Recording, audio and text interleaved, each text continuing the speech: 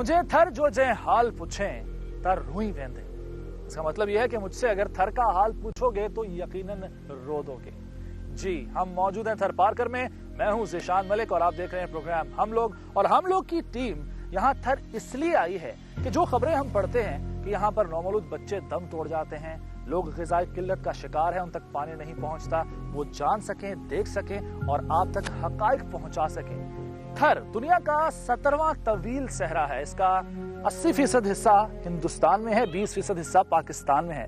लेकिन हालत ये है कि हिंदुस्तान के थर यानी राजस्थान में इंदिरा गांधी के नाम से एक नहर खोदी गई और वो वहाँ ना सिर्फ लोगों को साफ पानी, पीने का पानी पहुंचा रही है बल्कि इलाके को भी जरखेज कर रही है। लेकिन हमारे यहाँ हाल ये है कि नहर तो कुजा, यहाँ साफ पानी के लिए ना कोई इंतजाम है, ना कुएं हैं। अब आरओ प्लांट्स का शोर सुनते आए हैं, उनकी हकीकत भी जानेंगे कि कितनी सच्चाई है और वाकई जिन इलाकों में पानी की जरूरत है वहां पानी पहुंच पा रहा है। यानी ये सारे हकायक आज के प्रोग्राम में हम लोग की टीम आप तक पहुंचाएगी और कैमरे की आंख से आप देखेंगे कि थर की असल हकीकत क्या है।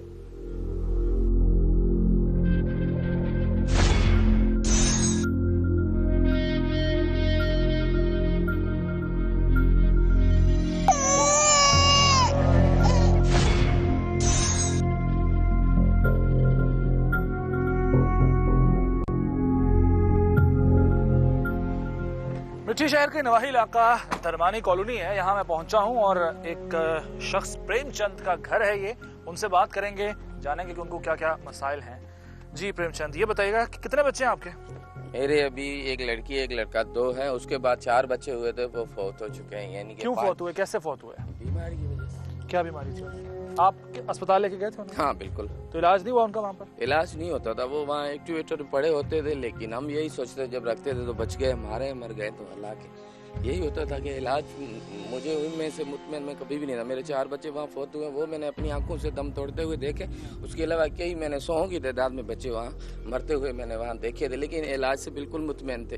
फिर जब बच्चे मर गए उसके बाद वाइफ मरने लगी तो उसको मैं हैदराबाद 2 बार लेके गया। तो क्या बीमारी आपकी बीवी को? जब बाद में मुझे पता लगा तो कहने लगे कि दिल में सुराख है। मेरे पास टेस्ट भी है। ये सारी रिपोर्ट्स हैं जो आपकी वाइफ की हैं, आपकी बीवी की हैं। अच्छा, कोई इमदाद तो हुकूमत ने दी होगी यकीनन आपको? कभी भी नहीं है कि यहाँ तक बैतुल माल जो बेनजीर सपोर्ट फार्म के पैसे वो भी कभी हमें नहीं मिला किसी तरफ से। हमारी एक जो है ना कि डिस्प्रिन गोली जो होती है ना, उसकी भी हमें मदद ना आज तक नहीं की गई है। इतने अरसे के बाद वादे तो किए गए आपके साथ? वादे तो किए गए, बहुत किए गए कि ये करेंगे। किस तरह गुजारा करते हैं आप? कैसे आप लोगों को पानी कहाँ से मिलता है? खाने का पानी तो आता ही नहीं है, तो ये पानी का बिल पेड नहीं हुआ, इस वजह से पानी भी नहीं आ रहा। लाइन कटी हुई है, ये तो घरों के लोगों से भर के लाते हैं हम। ये जो पाइप है ये पानी का ही है? हाँ ये पानी का। ये अभी मेरा 3 साल से बंद पड़ा हुआ है, पानी भी नहीं आता, बिल आ रहा है मेरे पास। पानी नहीं आ रहा लेकिन बिल आ रहा है? बिल आ रहा है, अभी 6000 से ऊपर कुछ बिल आया। ये एक टैंक है जी, यहाँ पर पानी जखीरा किया जाता है और पानी साफ नहीं है, लेकिन मजबूरी इन लोगों की ये है कि यही ये लोग पीते हैं, यही इस्तेमाल करते हैं, इसी निकाल कर इस्तेमाल। इसमें 30 दिन में से, महीने में से 1 दिन पानी आता और बाकी 29 दिन यही गंदा पानी इस्तेमाल किया जाता। ये अफसोस का मकाम है। सिंध हुकूमत के वो दावे कि साफ पानी फराहम कर रहे हैं हम मिट्टी और दीगर इलाकों में थरपार करके, उस दावे की सच्चाई किस हद तक है आपको बखूबी अंदाजा हो रहा है। और ये वो पानी है, मैं चाहूंगा कि ये दिखाएं ये इस पानी के अंदर की हालत। ये देखिएगा, ये पानी पीने के काबिल है या नहीं, मैं इसका फैसला नहीं करता। मैं इस सवाल का जवाब आप पर छोड़ता हूँ कि क्या ये पानी इस्तेमाल के काबिल है भी या नहीं। और इस पानी को पीकर इस्तेमाल करके लोग बीमार नहीं होंगे तो फिर क्या होंगे? वही अस्पताल जिसके बारे में वज़ीर आला कायम अली शाह दावा करते हैं कि वो मॉडल अस्पताल है और वाशिंगटन जैसी सहूलतें यहाँ पर है, उस अस्पताल में इनका कोई इलाज नहीं। इनके 4 बच्चे जो मौत के मुंह में चले गए, उनका भी कोई इलाज नहीं हुआ।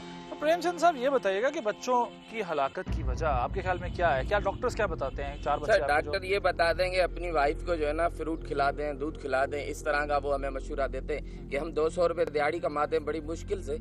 हम ये उनसे पूछना चाहते हैं हम कहाँ से फ्रूट लाएं, दूध कहाँ से लाएं, जब बच्चे, एक तो मेरी वाइफ बीमार थी, हमें पता नहीं था ना। ये डॉक्टर मिट्टी की अस्पताल जो दावे कर रहे हैं ये साबित नहीं कर सके। ये तो जब हमें एडमिट करता तो हाई डोज लगा रहे थे, इसके दिल में सुराख था। जब मैंने इको कराया हैदराबाद, पता लगा दिल, तो ये हाई डोज दे रहे, हाई डोज से इनकी तबीयत बिल्कुल लो बिगड़ती जा रही थी कि ऐसे लग रहा था कि जैसे लाश की तरह पड़ी हुई है। जो बच्चे पैदा होते थे वो बिल्कुल, मैं मानता हूँ इस चीज को, कमजोर थे, लेकिन यहाँ जो ट्रीटमेंट होती थी वो सही नहीं होती थी। इस वजह से बच्चे वहाँ 3-4 दिन के अंदर अंदर वो फौत हो जाते थे, लेकिन वो बचा नहीं पाते थे यहाँ। 4 बच्चे इन्होंने अपने हाथों से, इनके हाथों में उनके लाशें थे और 5 साल के वक्फे में 4 बच्चों की हलाकत कोई छोटी बात नहीं होती है। 4 नन्हे फूल मुरझा गए और वजह क्या? तिब्बी सहूलतों का ना होना, डॉक्टरी निज़ाम जो है यहाँ पर उसका बेहतर ना होना, और ऐसा अस्पताल जहाँ पर डॉक्टरों को ये नहीं पता कि अगर एक खातून जिसकी हालत पहले से ही गैर है, दिल में सुराख है, उसे हाई डोजेज दी जा रही है, तो ऐसे अस्पताल का फिर अल्लाह ही हाफिज है। और ये एक प्रेमचंद ही नहीं है, यहाँ इस इलाके में बहुत से प्रेमचंद हैं, बहुत से ऐसे लोग हैं जिनके बच्चे ग़िज़ाई किल्लत का शिकार हो रहे हैं, या फिर तिब्बी सहूलतों के ना होने की वजह से मौत के घाट उतर रहे हैं, या फिर और वजूहात हैं। सारी जो सूरत हाल है, सारी जगहें हम आपको लेके जाएंगे और कोशिश करेंगे कि आईना दिखा सकें, बता सकें उन्हीं की ज़बानी कि असल मामला है क्या।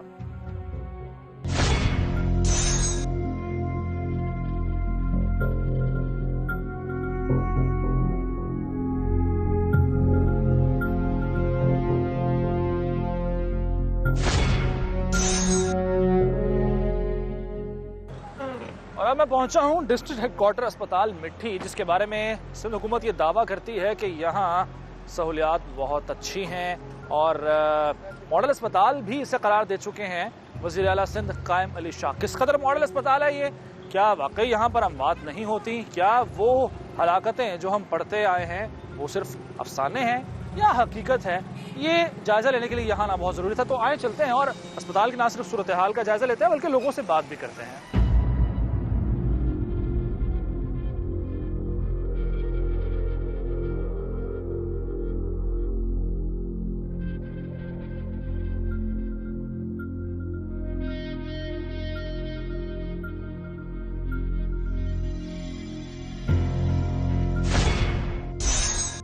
चलते हैं अस्पताल के और मुख्तलिफ जो वार्ड्स हैं, मुख्तलिफ डिपार्टमेंट्स हैं, तमाम में जाएंगे बारी बारी और देखेंगे किस हद तक हिदायत पर अमल हो रहा है, सहूलियात दी भी जा रही हैं या नहीं। अभी तक तो यहाँ पर जो पहली हिदायत है सफाई का ख़ास इंतज़ाम हो, वो पूरी होती नहीं नज़र आ रही। यहाँ पूरे इस अंदर के एनवायरनमेंट में एक स्मेल है, बदबू है एक मखसूस तरह की, और पता नहीं ये लोग किस तरह यहाँ मौजूद हैं, बैठे हुए हैं।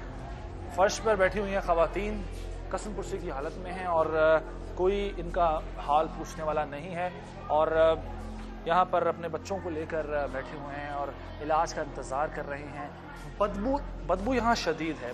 अभी आप लोग तो महसूस नहीं कर सकते, लेकिन हम पूरी टीम यहाँ महसूस कर रही है कि बहुत शदीद बदबू है और उसके साथ साथ पक्खियाँ उड़ती हुई।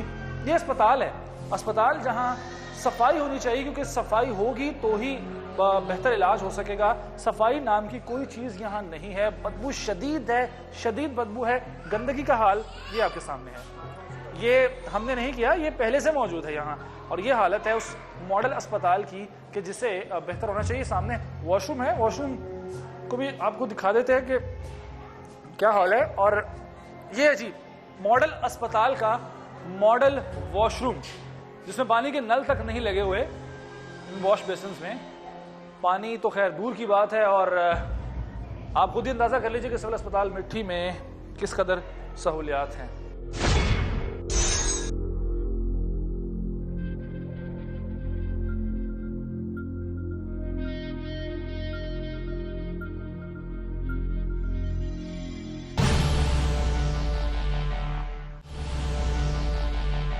हमने नक्शा बदल दिया है थरपारकर का। थरपारकर का इस वक्त वाशिंगटन में जिक्र होता है।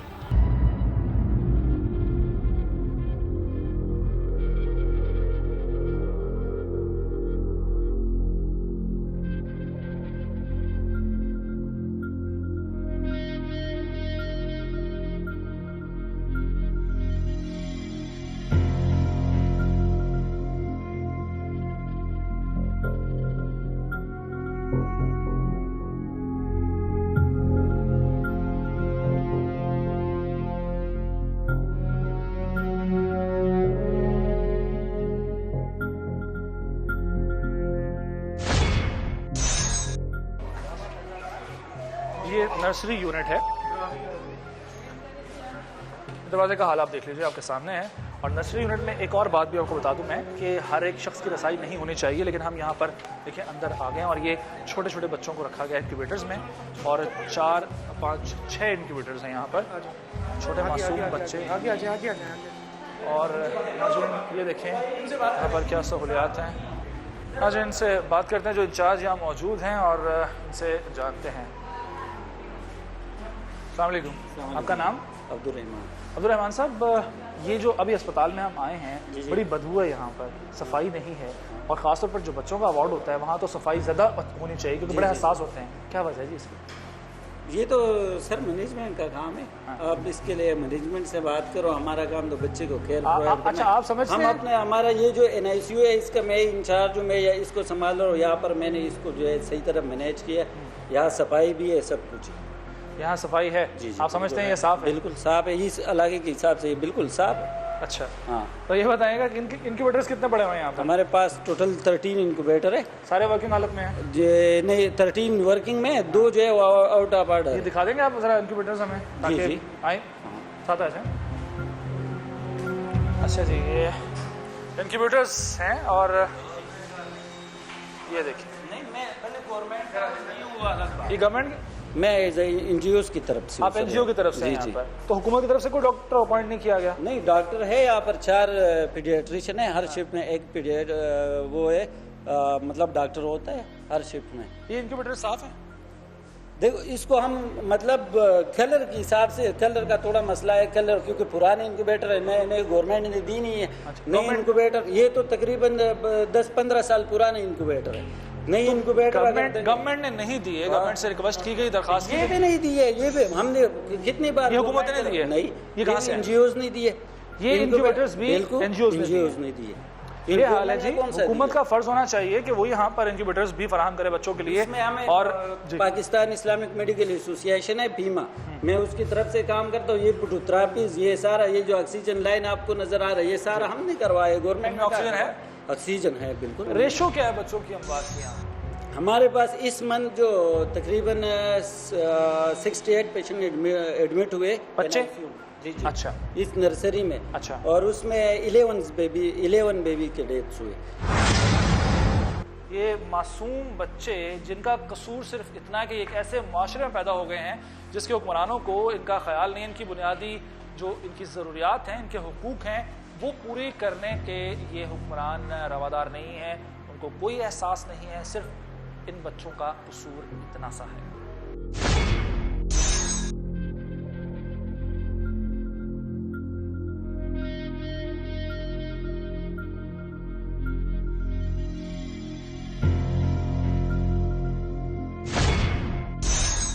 इस वक्त मैं ऑपरेशन थिएटर में मौजूद हूँ सिविल अस्पताल के, और यहाँ पर एक बच्चे को लाया गया जिसका बाजू कटा हुआ है और उसे यहाँ इलाज करने की बजाय हैदराबाद रेफ़र किया जा रहा है, भेजा जा रहा है हैदराबाद, जाओ वहाँ से इलाज करवाओ। अंदर चलते हैं और ऑपरेशन थिएटर के अंदर का हाल जानते हैं, देखते हैं इस बच्चे की हालत क्या है। ये नाज़रीन आप देख सकते हैं कि छोटा बच्चा है, इसका इलाज। हाँ जी, क्या हुआ इसको? इसको चोट होगी। तो इसका इलाज यहाँ कर रहे हैं आप? हाँ हाँ, क्या आप भेज रहे हैं इसको? भेजो तो नहीं, वो डॉक्टर आया था ना, इसको डॉक्टर ने क्या कहा, कहाँ जाए? डॉक्टर ने इसको बोला है आप हैदराबाद जाएं। हाँ, तो यहाँ क्यों नहीं? नहीं, ये सर्जरी का है ना, तो सर्जरी यहाँ नहीं हो सकती? ये कास्ट में सर्जरी का होता है। तो यहाँ उसका इंतज़ाम नहीं है इस अस्पताल में? नहीं, वो तो है, लेकिन अभी तो सर्जन बोला भाई अभी इसको देख गया है, अभी पट्टी करवानी में कर कर लाऊं। कटा कैसे, ये हुआ क्या इसको? ये फॉल फ्रॉम ट्री। अच्छा, गलत तरह से गिरा ये? हाँ। अच्छा, तो यहाँ पर सर्जरी नहीं, इसको हैदराबाद भेजा जाएगा, वहाँ से इलाज किया जाएगा इसका? वो तो डॉक्टर को डॉक्टर ने कहा है ये? डॉक्टर को पूछेंगे ना आप। ठीक है, डॉक्टर साहब किधर हैं? वो OPD में है। OPD में? डॉक्टर साहब OPD में हैं, हिदायत देके गए हैं कि इसकी सर्जरी के लिए जो इसको ले जाया जाए हैदराबाद में।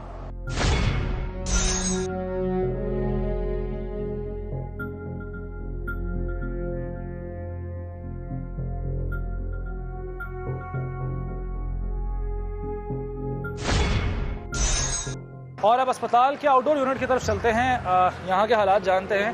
ये वाज़ेह है कि इस अस्पताल के लिए 2-2.5 करोड़ के करीब इमदाद दी जाती है, ऐलान किया गया है, लेकिन इसकी हालत से कहीं से अंदाज़ा नहीं होता कि यहाँ 2-2.5 करोड़ रुपए जो है वो लग रहे हैं इस अस्पताल पर। यहाँ से पर्ची दी जाती है मरीजों को। पर्ची मुफ्त देते हैं या पैसे लेते हैं पर्ची के? पर्ची के पैसे नहीं है। नहीं लेते। एक्सरे के? एक्सरे की है कितने? 35 रुपये। 35 रुपये? तो हुकूमत का ऐलान किया तो मुफ्त देंगे। कौन सा? एक्सरे भी मुफ्त नहीं है, 35 रुपये होगी। और कौन किस किस चीज़ के पैसे लिए जाते हैं? अल्ट्रासाउंड की 40 रुपये है। 40 रुपये अल्ट्रासाउंड के हैं। बाकी यूरिन टीआर की 10 रुपये होती है, ब्लड सीपी की 10 रुपये होती है। यानी ये जो टेस्ट हैं बुनियादी, टेस्ट होता है। इन सब के लिए पैसे चार्ज होते हैं। तो मुफ्त क्या है फिर यहाँ मुफ्त पे? और बीसी मुफ्त है, सिर्फ चेकअप मुफ्त है। मतलब बीसी मुफ्त है, जो कोई बड़े वाली टेस्ट है हाँ। जो 1000-1200 रुपये में होती है वो बिल्कुल फ्री कितने है। कितने मरीज आते हैं यहाँ पे दिन में?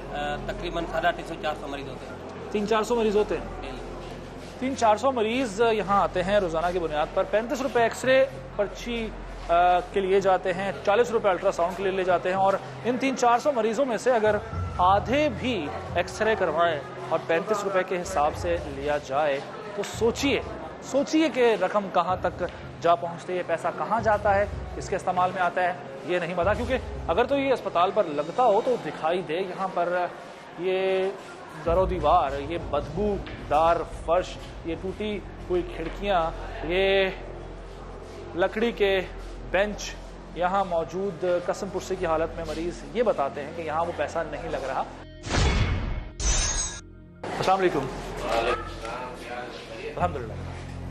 आपका नाम जनाब? डॉक्टर राम रतन। डॉक्टर राम रतन साहब, ये बताइएगा कि कितना स्टाफ है यहाँ अस्पताल का, सहूलियात क्या क्या दी जा रही हैं खासतौर पर? सहूलियात तो अच्छी खासी दे रहे। पहले तो इसका हमारे पास बहुत था, अभी कुछ रिलीव होकर चला गया। डिस्पेंसरी जो ओपन हुई है ना, अच्छा, फिर भी हम काम तो चला रहे। सामान नए सिरे से नहीं आया, यहीं से गया है, एडजस्ट किया गया है। डिस्पेंसरी का जो चलाने का काम है वो DHO साहब का होता है। अच्छा, तो पहले डिस्पेंसरी फंक्शन नहीं थी, लेकिन अपॉइंटमेंट उन्होंने कर दी थी। तो उनके पास एक स्टाफ था, मतलब ऐसे डिस्पेंसरी बंद पड़ी थी तो वो हमारे पास काम कर रहा था सारा स्टाफ। अच्छा, ये बताइएगा कि अस्पताल में सफाई तो होनी चाहिए ना, बड़ा ज़रूरी है। आपका माशाल्लाह कमरा भी बहुत साफ है, बड़ी अच्छी बात है, लेकिन बाकी अस्पताल में सफाई ये है कि यहाँ कितने आदमी, आप देखो अटेंडेंट कितने होते हैं, ये रनिंग आवर्स हैं। इतनी तादाद कम है अटेंडेंस की? नहीं, अटेंडेंस की नहीं, जो अटेंडेंट आते हैं मरीजों के मरीजों साथ की बात कर रहे हैं आप? अच्छा, मरीजों के साथ जो अटेंडेंट आते हैं ना, एक मरीज आता है तो ये बाराड़ी के लोग हैं, यहाँ 10-15 मरीज आते हैं। तो सर जो उनके चूंकि दूर दराज के इलाकों से वो लोग आते हैं, उनके लिए कोई यहाँ निजाम नहीं है, इंतजाम नहीं है कि वो बैठ सके? वेटिंग रूम है, मर्दों का अलग है, लेडीज का अलग है। कहने का मतलब वो जिधर खाते हैं छिलके फेंक देते हैं, सिगरेट पीते हैं लोग, वहाँ सफाई होती रहती है, तो फिर बाद में गंदगी भी होती रहती है। हमारी पूरी कोशिश है कि हम उसको साफ रखें। उसकी अवेयरनेस देने के लिए क्या कर रही है अस्पताल की इंतजामिया? उसको बोल रहे हैं कि भाई ऐसा नहीं करो, ऐसा नहीं करो, समझाते तो हैं उन लोगों को, फिर भी वो अभी पढ़े लिखे इतने नहीं है वो ज्यादातर, तो वो करते हैं। पढ़े लिखे ना हो उनको तो बल्कि प्यार से समझाना चाहिए और ज्यादा अच्छे तरीके से समझाना चाहिए। अगर स्टाफ ज्यादा हो सफाई के लिए भी, तब भी ऐसा गंद ना मचे, क्या ख्याल है? स्टाफ ज्यादा हो तो अच्छी बात है, लेकिन स्टाफ जो है उनसे हम काम तो ले रहे हैं। अभी म्यूनसिपल कमेटी के भी 4-5 बंदे वहाँ से भी लिए हमने, वो भी काम कर रहे हैं। लेकिन अभी अस्पताल बहुत बड़ा है, एरिया फैला हुआ है।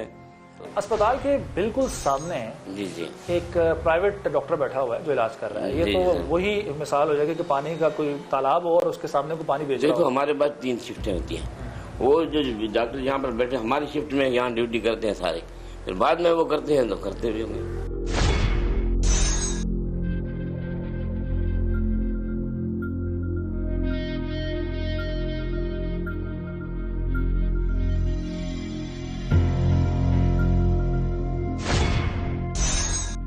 सेहत बुनियादी जरूरत है और हुकूमत की जिम्मेदारियों में शामिल है, मगर कोशिशों में संजीदगी का फुकदान है।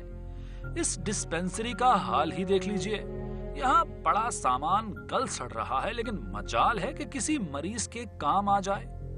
फर्स्ट एड का सामान, स्ट्रेचर्स, अद्वियात, हत्ता के मेडिकल अमले की गाड़ियां भी नाकारा हो रही हैं। जब district health officer doctor Shankar Lal से इसी पे बात करने की कोशिश की तो नाकामी हुई। उनका दफ्तर भी वीरान पड़ा था। अलबत्ता उनके असिस्टेंट डॉक्टर प्रभुलाल से चंद सवालात करने का मौका मिल ही गया। डॉक्टर प्रभुलाल पाशानी साहब से एक दफा कोशिश करते हैं बात करने की, अगर ये राजी होगा। डॉक्टर साहब बात करेंगे?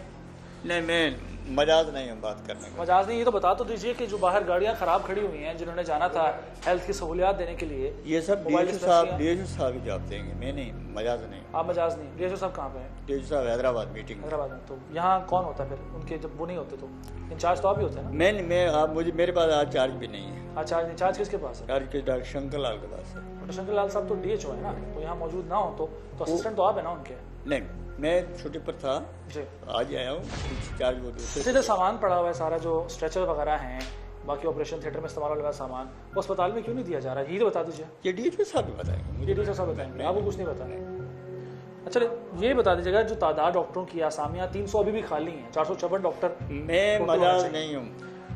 ठीक है जी। डॉक्टर प्रभुलाल बाशानी साहब तो मजाज नहीं है वो कहते हैं, तो हम इनसे यही पूछ लेते हैं जी, आखिर अगर आप मजाज नहीं है तो बात कौन करेगा? सवाल का जवाब हम किससे लें? हेल्थ ऑफिसर अर्जुन कुमारी बात कर रहे हैं। अच्छा, वैसे आप कर क्या रहे हैं? चलिए ये बता दीजिए ना, आप जो अभी तक हेल्थ की सहूलियात देनी है, यही अर्ज मैंने कहा मैं मीडिया के आगे कोई जवाब देने का मजाज नहीं।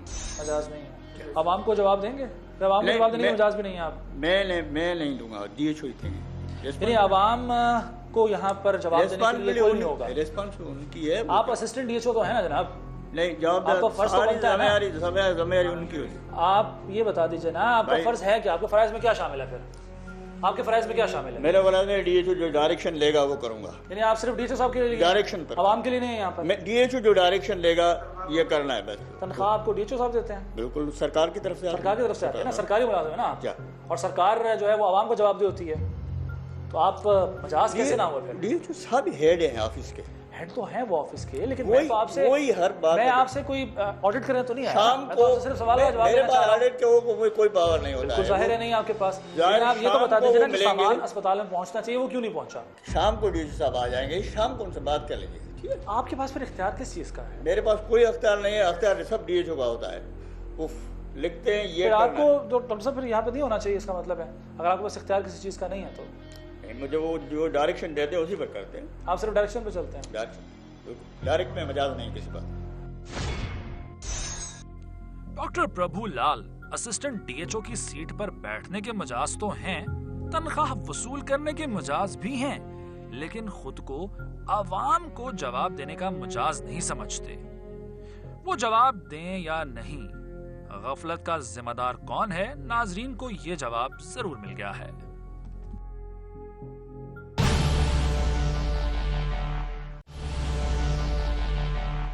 हमने नक्शा बदल दिया है थरपारकर का। थरपारकर का इस वक्त वाशिंगटन में जिक्र होता है। थरपारकर दुनिया का बेहतरीन शहर बन जाएगा, बेहतरीन इलाका बन जाएगा। सयाह देखने आएंगे, दुनिया देखने आएगी।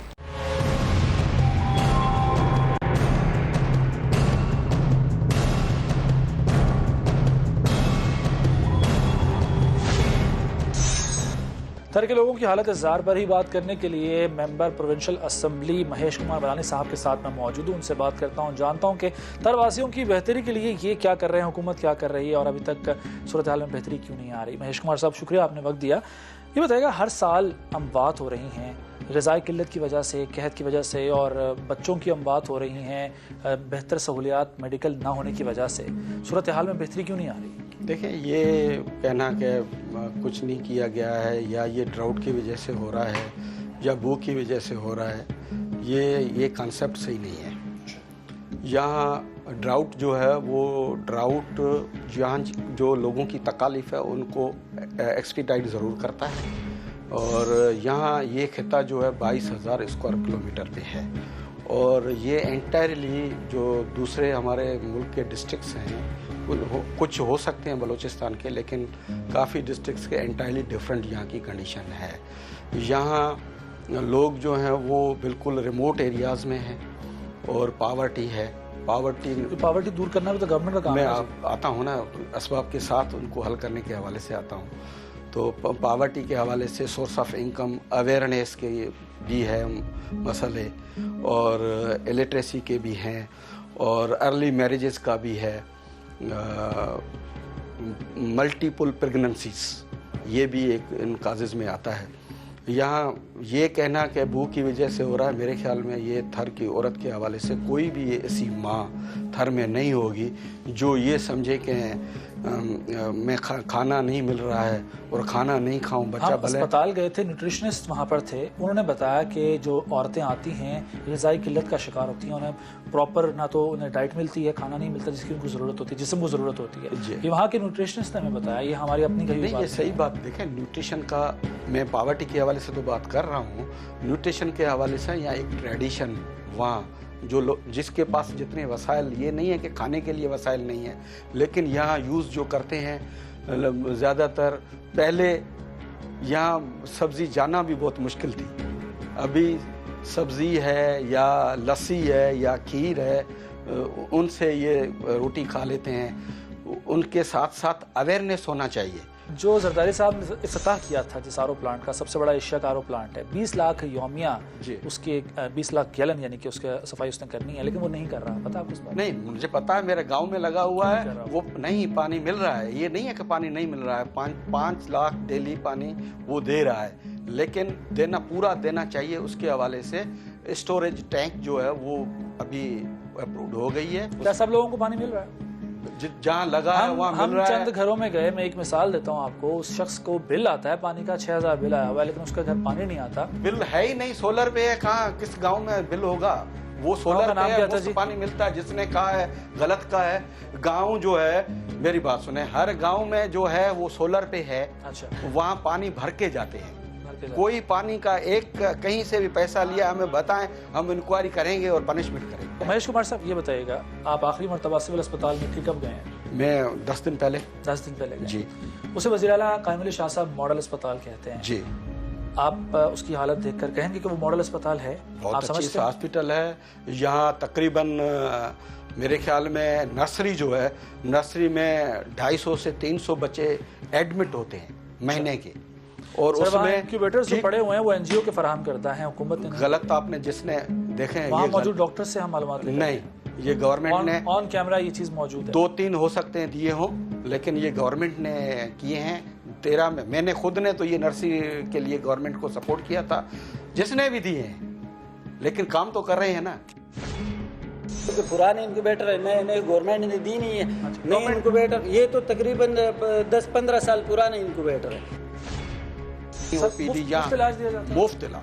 अच्छा, किसी के दवाएं बिल्कुल उनको मिलती है, बजट उसको डबल की है। मैं एक बात से इत्तफाक करूंगा, ओपीडी की हालत बहुत अच्छी, क्योंकि इतनी आरामदेह ओपीडी है कि वहाँ डॉक्टर सो रहे होते हैं। अभी हम देख कर आए, वहाँ एक डॉक्टर साहब सो रहे थे, कमरा खाली था और वो खुद आराम कर रहे थे। यकीनन बड़ी अच्छी हालत है, मैं इत्तफाक करता हूँ। तो आपका ख्याल है कि जो ओपीडी में रजिस्टर में लिखते हैं वो गलत लिखते हैं? तो जो वो सो रहे थे वो सही सो रहे थे? मैं तो उस पर कोई कमेंट नहीं करूंगा। अच्छा चले ये बता, डॉक्टरों के हवाले से मैं हर 10 दिन के जब भी यहाँ होता हूँ, जाता हूँ, देखता हूँ, और मैं पूछता भी हूँ, डेली की रिपोर्ट भी लेता हूँ। मुझे मैसेज करके एमएस भी देता है कि इतनी एडमिशन हुई है, इतनी डेथ्स हुई हैं और इतने ठीक हो गए हैं। ये चलिए महेश साहब ये बता दीजिए, एक्सरे की मद में 35 रुपए वसूल किए जाते हैं और अल्ट्रासाउंड के लिए 40 रुपए वसूल किए जाते हैं मरीजों से। ये सहूलत मुफ्त नहीं होनी चाहिए हुकूमत की जानिब से मरीजों को? बिल्कुल मुफ्त होनी चाहिए। पर्ची मुफ्त देते हैं या पैसे लेते हैं? पर्ची के पैसे नहीं है, नहीं लेते। एक्सरे के है कितने? 35 रुपए। 35 रुपए? तो हुकूमतों का ऐलान किया तो मुफ्त देंगे, एक्सरे भी मुफ्त नहीं है। पैसे क्यों लिए जा रहे हैं और पैसा कहाँ जा रहा है? क्योंकि रोजाना वहाँ पर सैकड़ों मरीज आते हैं। हाँ। आप अंदाजा अगर हिसाब लगाएं, 35 रुपए फी मरीज के हिसाब से एक्सरे और अल्ट्रासाउंड और बाकी चीज़ों के भी पैसे वसूल किए जाते हैं। ये पैसा फिर जा कहाँ रहा है और क्यों वसूल किया जा रहा है? नहीं, मेरे नोटिस में ये नहीं आई ये बात। मैं बिल्कुल इसको, आपने अच्छी बात ये कही है और मैं इस पे नोटिस भी लेता हूँ, मैं इंक्वायरी भी करता हूँ। महेश कुमार मलानी साहब की गुफ्तगू आपने सुनी और बेशतर मामलात पर उनकी लाइल्मी के बारे में भी जाना। सेहत के अलावा थर वासियों का सबसे बड़ा मसला पीने के साफ पानी की फराहमी है। साबिक सदर आसिफ अली जरदारी ने जनवरी 2015 में मिट्टी में एशिया के सबसे बड़े आरओ प्लांट का इफ्तिताह किया। इसकी सलाहियत और कारकर्दगी के बारे में जानते हैं जोनल इंचार्ज मेजर मोहम्मद साद से। अच्छा, ये जो प्लांट है एशिया का सबसे बड़ा आरओ फिल्ट्रेशन प्लांट, इसकी जो कैपेसिटी है वो है 20 लाख गैलन पर डे पर 24 आवर्स। आजकल जो हमारा इसका जो एक प्रोडक्शन चल रही है, बेसिकली हमने ये पानी को प्रोड्यूस करके, पानी प्रोड्यूस करने यानी कि पानी को फिल्टर करके, तो तालुका म्यूनिसिपल के जो टैंक्स हैं हम उनको पानी प्रोवाइड कर देते हैं। तो फर्दर डिस्ट्रीब्यूशन है, जो पाइपलाइंस का नेटवर्क है, वो सारा का सारा तालुका वालों का। ये सिर्फ मिट्टी के लिए होता है या बाकी नहीं सब सर, इलाकों में? मिट्टी और इस्लाम कोट और उसके बाईपास के जो विलेजेस हैं, ये सबको पानी फिलहाल यहीं से जा रहा है, इसी प्लांट से जा रहा है। 20 लाख ये कर सकते हैं। अभी वर्किंग कितने कर रहा है? वर्किंग ये डिपेंड करता है, जो ताल्लुका वाले जो हमें रिक्वायरमेंट देते हैं उनके ऊपर डिपेंड करता है। इनके यहाँ पे 4 टैंक्स लगे हुए हैं और 2 टैंक उनके मिट्टी के सप्लाई करने के हैं और 2 टैंक्स उनके इस्लाम कोट के सप्लाई करने के, इस्लाम कोट और बाईपास विलेजेस के। तो हम उनको भर के दे देते हैं वो, और उसके बाद उनका डिस्ट्रीब्यूशन जब कंप्लीट हो जाती है हम उनको रीफिल कर देते हैं सर। तो बाकी वक्त तो फिर ये काम नहीं हो रहा होता यहाँ पर क्या? नहीं सर, बाकी वक्त भी काम हो रहा होता है, मैं ये नहीं कह रहा काम नहीं हो रहा होता। अभी उनके जो 2 टैंक हैं, जो अगर वो मिट्टी को सप्लाई कर रहे हैं तो हम इस्लाम कोट वाले भर देते हैं, और ये प्लांट कंटिन्यूस चल रहा होता है। अगर हमने थोड़ी देर के लिए बंद भी किया तो कम से कम हमारे बोर चल रहे होते हैं ताकि हम अपना फीड वाटर इकट्ठा कर दे रहे हैं। अभी ये आपको जो राइट साइड पे जो दोनों टैंक्स नजर आ रहे हैं, ये पानी प्रोवाइड करते हैं मिट्टी शहर को। ये 3 लाख गैलन लिखा हुआ है। 3 लाख गैलन और 3 लाख गैलन के 2 टैंक्स हैं। 6 lakh gallon. 6 lakh gallon.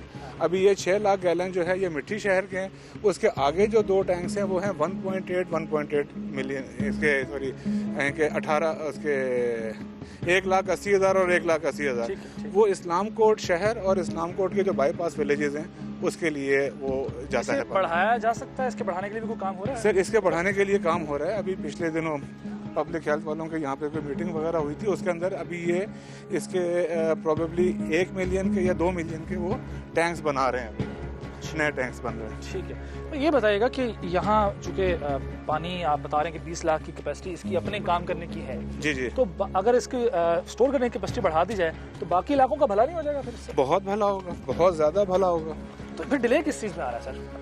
Sir delay अब इसके अंदर मैं आपको क्या बताऊं कि ये डिले किस वजह से आ रहा है, लेकिन ये कि अगर ये हो जाए तो जो लोग ये कह रहे हैं कि जी पानी का कमी है, वो कमी दूर हो जाएगी। सितम ज़रीफ़ी मुलाहिजा हो कि एशिया का सबसे बड़ा आरओ प्लांट, जिसकी सलाहियत 20 लाख गैलन फिल्टर करना है, सिर्फ 5 लाख गैलन पानी फिल्टर कर रहा है, सिर्फ इस वजह से कि यहाँ पानी जखीरा करने की गुंजाइश 25% है। हालांकि गुंजाइश में इजाफा किया जाए तो यहाँ 20 लाख गैलन पानी फिल्टर करके थर के दूर दराज इलाकों तक पहुंचाकर लोगों को अजियत से बचाया जा सकता है। ये सोलर पैनल्स हैं। अभी इसी तरह के सोलर पैनल्स आप हमारे प्लांट की छत पे भी देख रहे हैं। जी जी। ये कितने हैं कुल? ये कुल 3,500-3,600 इससे करीब हैं तकरीबन ये। और ये हमारे जितने भी प्लांट्स हैं, जितने भी इसके अंदर 20 केडें लगी हुई हैं, वो सब की सब इनके ऊपर चल सकती हैं। हम कुछ इलाकों में गए हैं तो वहाँ अभी भी जो तालाब है ज़मीन में, वहाँ पानी स्टोर किया हुआ है, वो कड़वा पानी है, वो इस्तेमाल कर रहे हैं। अगर ये प्लांट इतने इफेक्टिवली काम कर रहे हैं तो क्या वजह है कि लोग अभी भी उन तालाबों से पानी लेते हैं? सर, थरपारकर के जो रजिस्टर्ड गांव हैं वो ऑलमोस्ट 2500 हैं और अनरजिस्टर्ड भी ऑलमोस्ट इतने ही हैं। तो 5,000 गाँव में से अगर हम लोग ये अपना प्रोजेक्ट कंप्लीट करते हैं 750 हो जाएंगे। आप गैप फिर भी देख लें सर, थरपारकर पूरा कवर नहीं हो रहा। थरपारकर को कवर करने के लिए आपको मिनिमम हर गांव में प्लांट लगाने हैं। अच्छा, मेरे साहब एक एतराज़ उठता है कि मिट्टी में एशिया का सबसे बड़ा सोलर प्लांट लगाया गया, आरओ प्लांट लगाया गया है। हालांकि यहाँ पहले भी पानी साफ़ आ रहा था, मिल रहा था। वो जगह जहाँ पर पानी साफ़ नहीं है, वहाँ पर बारिश भी नहीं होती और पानी नहीं पहुँचता, ये ज़रूरत वहाँ थी लगाने की। इसी जगह को क्यों चूज़ किया गया? सर, इसके बारे में मैं कोई अपना यानी कि ओपिनियन में इसलिए नहीं दे सकता कि सर ये मेरे आने से पहले कब हुआ है। सही। मेजर मोहम्मद साद साहब, बहुत शुक्रिया, आपने वक्त दिया और आपने विज़िट करवाया और सारी मालूमात भी दी हैं। आप देख सकते हैं कि यहाँ एशिया का सबसे बड़ा एक फ़िल्टर प्लांट लगाया गया है, आरओ प्लांट लगाया गया है, लेकिन अभी ज़रूरत मज़ीद की है। वो जगह, वो इलाके जहाँ साफ़ पानी नहीं मिल पा रहा लोगों को, जहाँ ज़रूरत है सबसे ज़्यादा, वहाँ पे भी ऐसे प्लांट्स या कोई मुतबादल निज़ाम होना चाहिए और लोगों तक साफ़ पानी, जो उनकी बुनियादी ज़रूरत है, वो पहुँचना चाहिए। पाकिस्तान की ये बदकिस्मती है कि तमाम तर वसाइल होने के बावजूद ये मुल्क मसाइल का शिकार रहा। अगर खास तौर पर थर की बात करें तो यहाँ कोयले के वसी तर ज़खार होने के बावजूद इलाके के लोगों की हालत में क़याम पाकिस्तान से अब तक कोई तब्दीली नहीं आ सकी। हर साल बड़ी तादाद में बच्चे मौत के मुंह में चले जाते हैं, औरतें मूजी अमराज का शिकार हो जाती हैं। अस्पतालों में डॉक्टर्स की कमी और सहूलियात का फुकदान है। सरकारी डॉक्टर्स प्राइवेट क्लिनिक चलाने को तरजीह देते हैं। जख्मों को टांके लगाने के लिए मरीजों को हैदराबाद के अस्पताल रेफर कर दिया जाता है। सिर्फ चंद 100 किलोमीटर के फासले पर हमसाया मुल्क भारत का इलाका राजस्थान है, लेकिन वहां इंदिरा गांधी नहर खोदकर इलाके को जरखेज और खुशहाल बना दिया गया है। फर्क सिर्फ और सिर्फ नीयत का है। जिस दिन हमारे हुक्मरान ज़बानी जमा खर्च की बजाय कुछ करने की नीयत कर लेंगे, थर का रेगिस्तान गुलिस्तान बन जाएगा।